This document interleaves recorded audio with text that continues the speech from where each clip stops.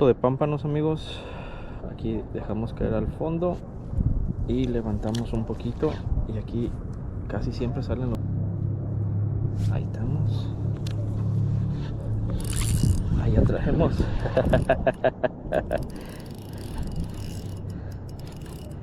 Hay que darle piolita porque si no nos va a trozar.